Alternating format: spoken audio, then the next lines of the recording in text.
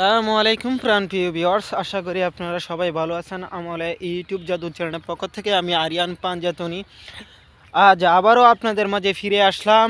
আমি আরিয়ান পাঞ্জাতনি রাজু। আজকে বিশেষ একটি আমল নিয়ে আসলাম। কিসের আমল নিয়ে আসলাম? পবিত্র রজব মাসের উপলক্ষে। এই পবিত্র রজব মাস এবং 12টি মাসের মধ্যে সবচেয়ে বরকতময় এবং সবচেয়ে পবিত্র এবং সবচেয়ে পবিত্র মাস।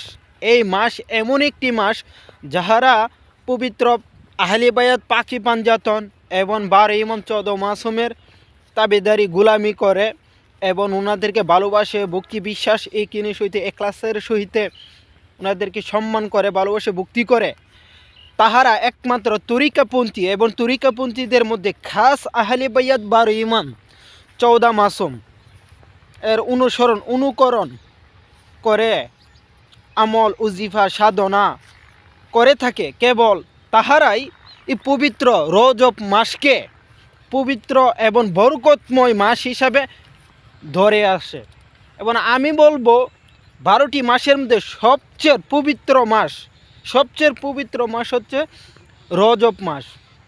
কারণ এই রজব মাস খাজা বাবার উরুসের দিন, এই রজব মাস মৌলা আলীর উরুসের দিন, এই রজব মাস 12 ইমামের প্রায় 6 থেকে 7 ইমামের পবিত্র দিন। এরপর মা ফাতেমার এবং 12 ইমামের ভিতরে যত ইমাম আছে সবারই মোটামুটি এই পবিত্র রজব মাসে তাদের আবির্ভাব এবং তাদের শুভ আগমন।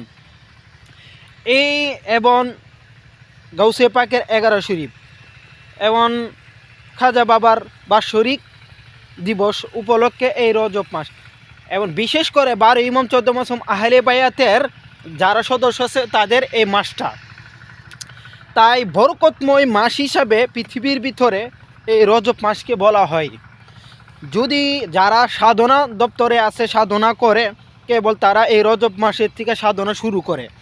এই রজব মাসের থেকে সাধনা শুরু করলে একলাস একের সহিত সাধনা করতে পারলে গুরুর এজাজত অনুমতি নিয়ে কেবল তারাই সফল হইতে পারে। বন্ধুগণ, আজকে আপনাদের মাঝে আমি শেরে কোদাম মৌলা আলী মুশকিল কুশা হায়দারে সুলতান সিদ্দিকে আকবর ফারুকি আজম সুলতানা নাসিরা ইয়াজ্জাল ফিকার হায়দারে কালান্দার, আজকে আপনাদের মাঝে শেরে কোদাম মৌলা আলী মুশকিল কুশা আহম্মদে মোহাম্মদের বংশের সিলসিলায় অনুযায়ী আজকের যে গুরুত্বপূর্ণ একটি আমল সাধনা নিয়ে উপস্থিত হচ্ছি এবং হলাম। যদি একিন বিশ্বাস এখলাস আপনাদের ভিতরে থাকে, তরিকাপন্থী মা এবং বোন সবাইকে এবং বাবা এবং ভাই বন্ধু বান্ধব যাহারাই আছেন আমাকে ভালোবাসেন, বিশ্বাস করেন, ভক্তি করেন, তাদের উদ্দেশ্য করে ওনাদেরকে উদ্দেশ্য করে আজকের এই আমল সাধনাটি আপনাদের মাঝে আমি উপস্থিত করতেছি। বিশ্বাস ভক্তি থাকলে আমার এই আমলটি আপনারা করতে পারেন। এটি এমন একটি আমল, এই আমলের তাসির যদি একবার হয়ে যায়, আল্লাহর কসম পাক পাঞ্জাতনের কসম, যদি কোনো বুজুর্গ জাননেওয়ালা আহলে বায়াতের পাকি পাঞ্জাতনের 12 ইমাম 14 মাসুমের গুলামের কাছ থেকে অনুমতি এজাজত নিয়ে এবং তাদের নেক দৃষ্টি আপনার উপরে থাকে, সঠিক পন্থায় সঠিক নিয়মে এই সাধনা করতে পারেন, কেবল তারাই এইটার থেকে ফায়দা লাভ করতে পারবেন। এখন এটার কী ফায়দাটা হচ্ছে, আপনি একটা রুগী আসছে, কোনো ডাক্তার, পৃথিবীর কোনো ডাক্তার তার কোনো সমাধান পাচ্ছে না, এমন বড় বড় তান্ত্রিক কবিরাজ এবং অন্যান্য পীরের কাছেও সেইটা নেওয়া হয়েছে, তার কোনো শুরু হয় এবং ফায়দা পাচ্ছেন না। যদি ভক্তি বিশ্বাসী কিনে সহিত এই সাধনাটাই আপনি কবুল করতে পারেন, তাহলে এই রোগী আপনার কাছে আসবে, একটা থারফা দিবেন অথবা রাথি দিবেন, আপনি ওই নাম জপ করে ওই রুগীকে শুয়া আপনি দোয়া করে দিবেন, ইনশাল্লাহ ইমন কেসে এই রুগী আপনার সামনের থেকে 10 মিনিটের ভিতরে হেঁটে বাড়ি চলে যেতে পারবে। তার যে কোনো সমস্যা আপনি দোয়া করে দিবেন, জাস্ট এসে আপনি দোয়া করে দিবেন, পাক পাঞ্জাতনের উসিল আহলে বাইতের উসিলায় এই সমস্যার সমাধান হয়ে যাবে। আপনি মুখে যাহা বলবেন তাহাই হবে। এইটা বাক্য সিদ্ধি না, এটা হচ্ছিল সরাসরি মোহাম্মদ আপনার ভিতর আবির্ভাব হবে, আপনার মধ্যে তার মোহাম্মদের তাসির হবে, আপনার ভিতরে আহলে বাইতের সদস্যের তাসির লাভ করতে পারবেন, ফায়দা লাভ করতে পারবেন। আপনি সরাসরি আহলে বাইতের সদস্যের মাধ্যমে জ্ঞান, বুদ্ধি, এলেম অর্জন করতে পারবেন, আধ্যাত্মিক শক্তি অর্জন করতে পারবেন। এটার মাধ্যমে আপনি যে কোনো রোগ বালা মুসিবত থেকে শিফা লাভ করতে পারবেন এবং ভক্তদেরকে সমস্যার সমাধান করে দিতে পারবেন। আপনার একটা ভক্ত ইটালিতে আছে, আমেরিকাতে আছে, সে বড় ধরনের বিপদে পড়ছে, যেটা সমস্যার সমাধান এখন মানসিকভাবে করতে পারতেছে না। সেই সমস্যার সমাধান ইনশাল্লাহ আপনাকে সে স্মরণ করছে, আপনাকে বলেছে আপনি জাস্ট শুধু পবিত্র একটা স্থানে বসবেন, বসে এই আমলটা আধা ঘন্টা 20 মিনিট করবেন, ওইরা স্যার তার জন্য দোয়া করে দিবেন। ইনশাল্লাহ আধা ঘন্টার ভিতরে এই আমল শুরু করার 10 মিনিটের ভিতরেই সেটা সমাধান হয়ে যাবে। আমি বহুবার পরীক্ষিত, আমার বহুবার পরীক্ষিত শুধু ভক্তদের, শিষ্যদের সমস্যা সমাধানের ক্ষেত্রে এটা বহুবার পরীক্ষিত। কারণ এমন কিছু সমস্যা আমার ভক্তদের হয়েছে বা আমার উস্তাদের ভক্তদের হয়েছে, আমি দেখলাম উনি শুধু বৈশা সাইরা রাস্তাঘাটেই বৈশা উনি কাজ শুধু অ্যাপ্লাই করছে, এটা সমাধান হয়ে গেছে, কিছুক্ষণ পরই সমাধান হয়ে গেছে। তো আল্লাহর কসম করে বলতেছি, যদি বিশ্বাস ইকিন থাকে আপনারা করে দেখতে পারেন আমার এই সাধনাটি, এই আমলটি। এটা এমন একটি আমল, দুনিয়ার বুকে কেউ এই আমল আপনাদেরকে ইউটিউব জগতে দিতে পারবে না। এখন আমলটা কি? আমলটা আগে করার আগে আমার কাছ থেকে এজাজত অনুমতি নিতে হবে। এজাজত অনুমতি নিতে গেলে আমার কাছে সরাসরি আপনাকে দেখা করতে হবে। এটা মোবাইলে এজাজত অনুমতি দিব না। সে মা হোক, বোন হোক, তরিকাপন্থী বোন হোক, মা হোক, এবং তরিকাপন্থী বাবা হোক, ভাই হোক, বন্ধু হোক, যেই হোক, সরাসরি আমার কাছ থেকে আসতে হবে। আসবেন, আপনাকে সবুজ কাপড় অথবা সাদা কাপড়, সিলি ছাড়া সাদা কাপড় আপনাকে নিয়ে আসতে হবে, ঠিক আছে? তুবজি নিয়ে আসতে হবে, তারপরে মিষ্টি নিয়ে আসবেন, কলা নিয়ে আসবেন, আঙ্গুর নিয়ে আসবেন, কাঁচা দুধ নিয়ে আসবেন, ঠিক আছে? নিয়ে আসবেন, আসার পর আতর নিয়ে আসবেন, ভালো সুগন্ধি আতর নিয়ে আসবেন, 2টা শিশি আতর নিয়ে আসবেন। আসার পর আমার খানকাতে আসবেন, আসার পর আপনাদেরকে সেখানে বসাইয়া ছাইরা আমি আপনাদেরকে এজাজত দিয়ে দিব। কিভাবে এজাজত দিব সেটা বিস্তারিত পর আসলেই দেখতে পারবেন। কলা, মিষ্টি 5 কালার অথবা 7 কালারের মিষ্টি নিয়ে আসতে হবে, ঠিক আছে? তারপর আপনি ফল, যত জাতের ফল আছে অল্প অল্প করে কিছু ফল নিয়ে আসবেন, ঠিক আছে? তারপর দই নিয়ে আসবেন, তারপর আপনি ওই যে চিরা নিয়ে আসবেন, অল্প নিয়ে আসবেন। এরপর সাদা কাপড় অথবা সবুজ কাপড়, সিলি ছাড়া কাপড় নিয়ে আসবেন।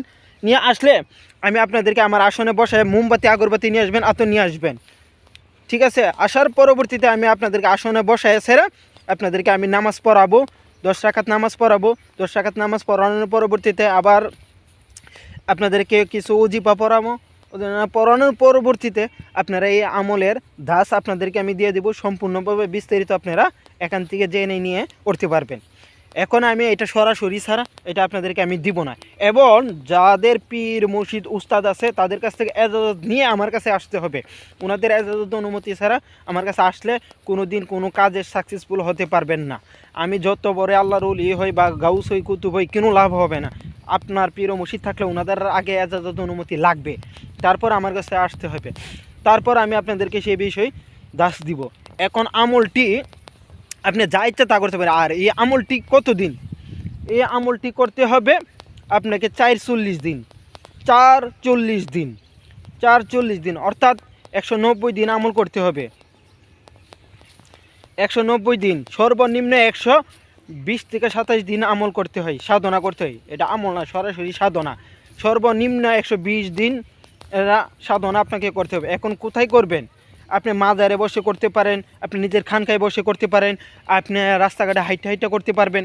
হাইটা বলতে আপনি কোনো মানুষের সাথে কথাবার্তা বলতে পারবেন না, ঠিক আছে? আপনি যদি বলেন আমি সরাসরি কলন্দরিয়া তরিকায় নিয়ম অনুযায়ী এই সাধনা করব, তাহলে আপনাকে বাড়ি থেকে 120 দিনের জন্য বা 190 দিনের জন্য আপনার বাড়ি থেকে বের হয়ে যেতে হবে। 120 দিন অথবা 190 দিনের জন্য বাড়ি থেকে বের হয়ে যেতে হবে, ঠিক আছে? যারা পারবে 120 দিন বা 190 দিনের জন্য বের হইতে পারবে, কেবল তারাই আমার সাথে যোগাযোগ করবেন, তাহলে আমি এই সাধনা আপনাদেরকে দিতে পারবো। এই সাধনা সফল হইলে আপনি আল্লাহর ওলিদের ক্যাটাগরিতে পড়ে যাবেন। আস্তে আস্তে আস্তে আস্তে এটার মাধ্যমে আপনি অনেক কিছু দেখবেন, আল্লাহ রাসূলের দর্শন পাবেন। উনি আপনাকে যে কোনো একটা দাস দিবে, অর্থাৎ যে কোনো একটা বিষয় দায়িত্ব দিবে, অথবা শেরেখুদা মৌলা আলী মুশকিল কুশার যে কোনো একটা দাস দিবে, অথবা খাতুনে জান্নাত মা ফাতেমা মহিলাদেরকে সে দাস দিবে, অথবা দয়াল নবীও দিতে পারে, অথবা আপনাদেরকে 12 ইমান 14 মাসেমে যে কোনো একজনে সে সাক্ষাৎ করবে, মৌলা হাসান, মৌলা হুসাইন, ইমান নাকি, ইমান তাকি, ইমান জয়নাম আলাইসালাম, ইমান মুসা রাজা কাজী আলাইসালাম, ইমান আসগর আলাইসালাম, যে কোনো একজন, বা ইমান আলাইসালাম, ইমান মাহাদি আলাইসালাম হতে পারে, যে কোনো একজন হতে পারে, আপনাকে সে দাস দিবে। এখন আমার আমল করতে গেলে আগে সর্বপ্রথমে ইউটিউব জগতে যত ইউটিউব আছে, অনলাইন আছে, সবার আমল দেখবেন, এরপরে আমার আমলে আপনারা আসবেন। কারণ আমার আমল আর অন্যদের আমলের সাথে মিলাইলে চলবে না। আমার আমল হচ্ছিল খাস আমল, খাস আহলে বাইতের আমল, 12 ইমান 14 মাসুমের আমল, পবিত্র আমল। এই আমল সবার জন্য না, এই আমল, এই সাধনা সবার জন্য না। এইটা এমন একজন আমল যারা করতে পারবে, যারা বুঝে জানে, তাদের জন্য এই আমল আমি দিব। এত পবিত্র আমল। আমলটি কীভাবে করবেন সেই বিস্তারিত আমার কাছে সরাসরি আসতে হবে, তারপর আপনাদেরকে বলে দিব। আরও অনেক হিস্টোরি আছে, অনেক কথাবার্তা আছে, বুঝে আমার বুঝ মতন হইলে আপনাদেরকে এই আমল দিয়ে দিব। কোনো আল্লাহর ওলি না, কোনো পীর বাবা আপনাদেরকে এই আমল দিবে না, না না। 100 কোটি টাকা খরচ করতে পারবেন, অত সহজে এসব আমল দিবে না। আর এটি সাধারণ কোনো আমল না, এটি কলন্দরিয়া তরিকার আমল, এটি লাল শাহবাজ কলন্দরের আমল, এটি লাল শাহবাজ কলন্দরের তরিকার আমল, এবং লাল শাহ কলন্দরিয়া তরিকার ভিতরে যারা বিরাজ করে কেবল তারাই এই আমলগুলা পেয়ে থাকে। এবং খাস যারা লাল শাহবাজ কলন্দরিয়া তরিকার অনুকরণ করতেছে, আমি অনেক আমল দিছি, লাল শাহবাজ কলন্দর অনেক আমল দিছি। এখন আপনি বলতে পারেন এই আমলগুলো আপনি পান কোথায়? ভাই, আল্লাহ আমাকে এমন গুরু দান করছে, বা এমন গুরুর কাছে আমি যাই, বা এমন গুরুর স্বর্ণপূর্ণ হয়েছি, এই গুরুর মাধ্যমে আমি এই আমলগুলো শিখতে পারছি। আমি একটা সময় এমন এমন কুফুরি কাজ করতাম, বা কালীবিদ্যা কালী মন্ত্রের কাজ করতাম বলার বাহিরে। একটা সময় আল্লাহর এমন কি একটা নজির, আমার কাছে অন্য অন্য কবিরাজ জাফি সাবরও আমার কাছে আসতো। ভাই, আল্লাহ মাফ করো, কেমন কথা বলার না, আসতো, আমি কাজ করিয়ে দিতাম। আল্লাহ এই সময় কাজ উড়াদুরা কাজ হইতো, আমি কাজ করে দিতাম। আমি যে কোনো কারণবশত আমি শুধু মৌলা আলী নামের উপরে চলতাম। আমি মৌলা আলীর ছাড়া কোনো কিছু আমার ভালো লাগতো না, আহলে বাইতের সদস্য স্যার আমার কোনো কিছু ভালো লাগতো না। এরপর আমি কুফুরি করতাম। তারপরে আমার এই উস্তাদের কাছে পড়ার পরে আমার কাছে, কিরে তোর ভিতরে এলেম আর একটা, আর তুই করস আর একটা, কারণটা কি? ওনার সামনে পড়ার পরে উনি আমাকে, ওনার সাথে আমার সাক্ষাৎ হয়েছে সৈয়দ গিসুদারাস কেল্লাসার মাজারে, হরমপুর মাজারে সাক্ষাৎ হয়েছে। উনি আমার এদিকে আছে, কিন্তু উনি সাধারণ বেশে চলে, একবারে সাধারণ বেশে উনি চলে। ওই লোক আমার এই বিষয়গুলো করছে। পরে আমি যখন মৌলালির কথা হইতেছে, আমি ঠাস করে কয়েকটা দলিল জন্য দিয়েছি, পরে আমি ওনার পাদা পড়ছি কীর্তন সার মাজারের ভিতরে। তখন বিশ্বাসের কথা হচ্ছে, প্রথম হলো কেলাসের মাঠের মধ্যে কথা বলছিলাম। এরপরে উনি হেন গেছে জিরাত করতেছে, আমি একটা আমল করছিলাম হেন বয়ে। পরে ওনার সাথে আমি কথা শুনতে পরে আমি আপাদা পড়ছিলাম। পরে কইতেছে তোর এই বিষয়। পরে আমি ওনার কাছে আসা যাওয়া করি, উনি আমারে কিছু দাস দিল। এইভাবে আমি আজকে 2-1.5 বছর যাবত ধরে ওনার কাছে ইয়ে করতেছি। কিন্তু এর আগে আমি আমার মুর্শিদ কেবলা শাহেখ মুস্তাক আহমেদ পাঞ্জাতুনি, ওনার কাছ থেকে আমি মৌলা আলীর বিষয়ে অবগত হইলাম। আজকে 4 বছর ওনার কাছে আমি আছি। তো আমরা অন্য কোনো আমলের বিষয়ে বিশ্বাস্ত না। আমি যে সময় কুফুরি করতাম, ডাইরেক্ট কুফুরি করতাম, সরাসরি কুফুরি করতাম। আল্লাহ মাফ করক, এরকম আমি এমনও কুফুরি আল্লাহ আমার শিখাইছে, স্বপ্ন যুগে শিখাইছে, যেই কুফুরিগুলা দুনিয়ার বুকে আজ পর্যন্ত কোনো পীর ফকির জানি কিনা আমার জানা নাই, আমার মনে হয় জানে না। কারণ স্বপ্ন যুগে আমি কুফুরিগুলা আমি শিখছিলাম, স্বপ্ন যুগে আমি কুফুরিগুলা শিখতাম। কুফুরি করতাম এক সাইডে, আরেক সাইডে কাজ হইতো, এরকম কুফুরি। এই কুফুরি আজ পর্যন্ত কেউ কাটতে পারে না। এখনও জিনিসগুলো বিদ্যাগুলো আছে, বলার বাইরে জ্বলন্ত 26টা কুফুরি আছে, 26টা কুফুরি। যে কুফুরিগুলো কোরআন কাঁপছে, এরকম কুফুরি। আল্লাহর কাছে মাপ চাই, আহলে বাইতের দরবারে মাপ চাই, পাক পাঞ্জাতনের দরবারে মাপ চাই, এইসব আর যাতে আমার দিয়া যাতে আর না কাজ করে। তো আপনাদের কাছে আহলে বাইতের এই দশগুলো আমি দিলাম। আপনার যদি ভালো লাগে, বিশ্বাস হয়, তাহলে আমার কাছ থেকে এগুলো নিতে পারেন, শিখতে পারেন। আপনারা আহলে বাইতের গোলামি করেন, আমার পক্ষ থেকে যতটুকু সহযোগিতা করা দরকার আপনাদেরকে করব। এই বিদ্যা আমি দিয়ে দেব, কলন্দরিয়া তরিকার বিদ্যা। আপনারা সরাসরি আসবেন, তারপর দিয়ে দেব। 120 দিন সর্বনিম্ন, 120 দিন বাড়ি থেকে বের হয়ে যেতে হবে। সরাসরি আরও কথাবার্তা আছে, সব কিছু তো এখন অনলাইনে প্রকাশ করতে পারবো না। তো আসবেন, তারপরে আমি সেটা বুঝাই দেব। আসার পরে কথাবার্তা বলার পরে যদি আমার বুঝে হাঁটে, তারপর আপনাদেরকে দিব। এক আমল এক সাধনায় অনেক কিছু হয়। আসসালামু আলাইকুম। ভালো থাকবেন, সুস্থ থাকবেন, আমলে তেলেসমাতির পাশে থাকবেন।